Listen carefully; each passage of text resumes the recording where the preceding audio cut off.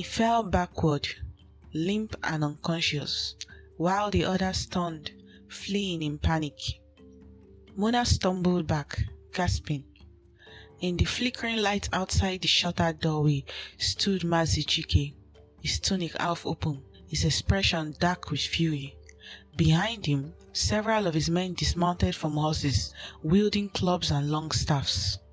"Get them out of my sight," Mazi's voice thundered, sharper than she'd ever heard. "Not one of them leaves Zarama tonight." The men obeyed immediately. The thugs scrambled to flee, but Chike's guards were faster. Within moments, the market square was alive with chaos, shouts, heavy footsteps, and the crackle of torches. Mona sank against the wall, trembling. The smell of burnt dye and broken wood filled her lungs. Mazi was at her side in seconds. "Mona, are you hurt?" He crouched down, hands steady but eyes frantic, scanning her arms for wounds. She shook her head, though tears had already begun to fall. "They destroyed everything. My loom, my threads, my—" Her voice broke. Mazi hesitated for only a moment before reaching forward, drawing her into his arms. The motion was instinctive, protective, but Mona's body stiffened, then collapsed into the warmth of his embrace. She sobbed into his chest, the tension of months spilling out all at once. By dawn, the culprits had been caught. Mazi's men, aided by the town guards, dragged the ringleaders into custody before the morning sun touched the rooftops. When the truth came out, it was worse than anyone had expected. The attack had been organized, paid for by rival traders and two noble women whose businesses had suffered since Mona's rise.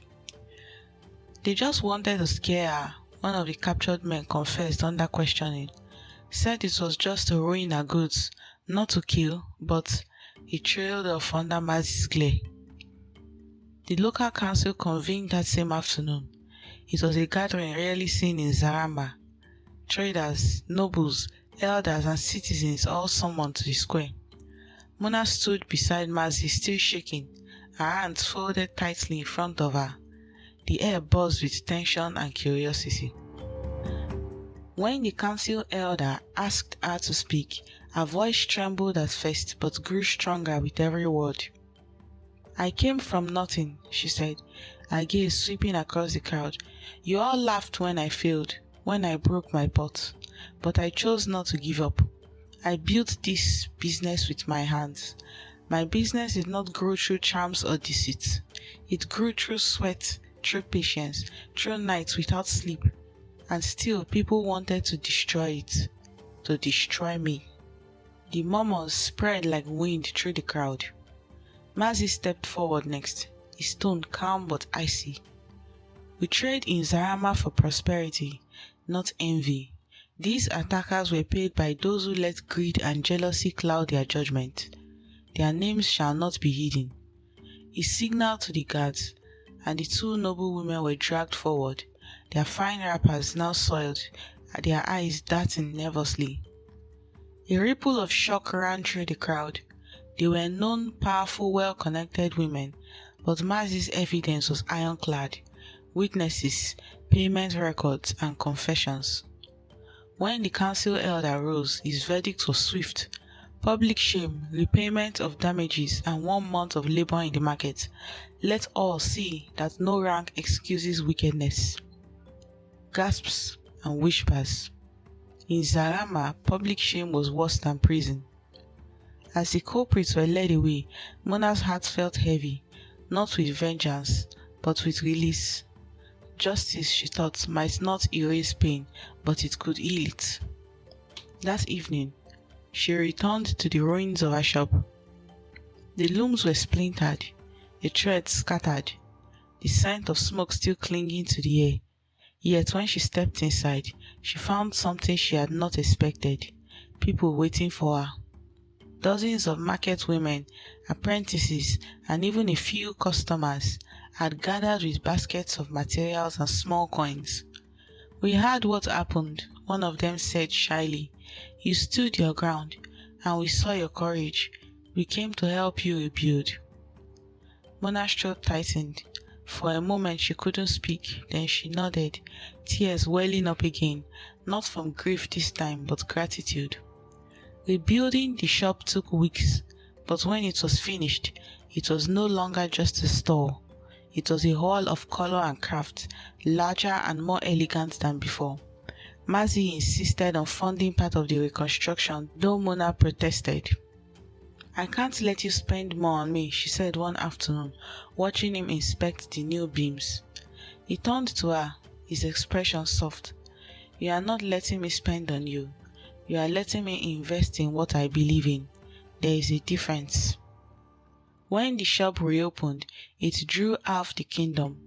Nobles and commoners alike came to see the rebuilt store, its carved doors, the walls painted with river and sky motifs, and the elegant new sign that Mazi had commissioned. "Mona's Weaves of Zarama." It gleamed proudly in the sunlight. That day, she stood at the doorway in a new wrapper of soft hue, her hair braided simply, her hands resting on the doorframe. She looked at the looms, newly polished, freshly strung, and felt a deep calm settle in her chest. The same town people who had once mocked her now lined up to buy her work. Even the women who had sneered weeks ago offered uneasy smiles, pretending they had always admired her. Mona met them all with quiet dignity. She no longer needed to prove anything. Her hands, her craft, her courage had done the proving for her. Later that evening, after the last customer left and the market quieted, Mazi arrived. He handed her a folded piece of fine parchment, an order list sealed with a royal crest. "The Queen's steward came by this afternoon," he said, his tone casual, but his smile mischievous. "She wants your cloths for the palace curtains." Mona blinked, stunned. "The palace?" Mazi laughed softly. "Yes, the palace. Seems even royalty knows talent when it sees it." For the first time in a long time, Mona laughed freely, the kind of laugh that filled the room, the kind that healed. As they stood together beneath the lantern light, she looked at him and realized how much had changed, not just for her shop, not just her fortune, but her heart. Mazi had become more than a business partner, and more than a savior. He was the one who had seen her when the world laughed, and believed even when she had doubted. And though neither of them spoke the words yet, the warmth between them was undeniable, a promise still unspoken, like a thread waiting to be woven into the next pattern of their story. Months passed. With Mazi's help, Mona's fabrics began to travel farther than she ever dreamed. Caravans carried her cloths to distant lands, to the salt markets of Odu, the coastal ports where traders from across the sea came to barter, and even to the palaces of neighboring kingdoms. Sometimes when Mona touched her finished cloths, she would imagine queens and princesses wearing them, not knowing they came from the hands of a girl once mocked by her own village. One day, Mazi came into her shop with a rolled-up parchment map. He unrolled it on her table, tapping different spots with his finger. "These are the trade routes I take next month. I want you to come with me." "Me?" She blinked. "Leave Zarama? But the shop?" He smiled. "Your apprentices can manage for a few weeks. You've trained them well. Besides, people need to see the woman behind the cloths." Mona hesitated, her heart quickening. Travel was a man's domain in Zarama. For a woman, especially one like her, to go on a trade journey was bold. But the thought of seeing new lands, of stepping beyond the dusty boundaries of her past shame, filled her with quiet excitement. The trade journey began with the sound of paddles slicing through the white Zarama River. Mona sat at the front of the large boat, her woven cloths neatly packed inside alongside other goods, watching as the morning mist rose over the water. The sun painted everything gold, the ripples, the palms, even Mazi's face as the boat moved. They traveled for days, stopping at river markets and distant towns. Everywhere they went, Mona's clothes sold out, traders praised her skill, even rival weavers bowed in respect. But beyond the trade, what Mona cherished most were the quiet nights by the riverside when the fire crackled and she and Mazi would talk about everything and nothing. He told her of his childhood in a faraway town, how his father had been a trader, how he'd lost his family to sickness and had wandered until he found Zarama, and it was on one of these nights that Mazi confessed his feelings to Mona. At first she hesitated, not because she didn't return them, but because she felt unworthy of him, having failed the water pot ceremony and became a spinster who did business and even traveled like men did. However, Mazi did not care about any of that, and with time Mona came to accept him. When they returned to Zarama, the entire kingdom buzzed with excitement. The news spread faster than Harmattan wind. The great merchant Mazi was to marry the once shamed weaver, Mona of Zarama. Some gasped, some scoffed, but most smiled. Their wedding was held at the town square, the very place Mona had once stood crying beside her broken pot. This time she walked proudly, dressed in her own woven cloths of blue and gold. Mazi stood waiting, his eyes full of love.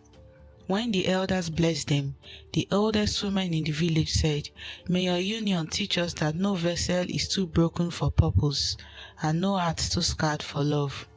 The crowd cheered, drums thundered, and laughter filled the air. Years later, Mona's shop became more than a business. It became a school, the House of Threads. There she taught young girls how to weave, how to mold clay pots, and most importantly, how to rise after falling. On the wall of her workshop hung a cracked mended pot, the same one she'd broken long ago, now sealed with gold lacquer. Whenever a new student asked about it, Mona would smile and say, "That was the first thing I ever made that changed my life. It taught me that beauty isn't in perfection. It's in what we choose to repair." And in the evenings when the day's work was done, she would walk by the river with Mazi and their children, her laughter drifting like woven silk in the wind. In Zarama, they still tell her story, the girl whose pot broke and whose spirit overflowed.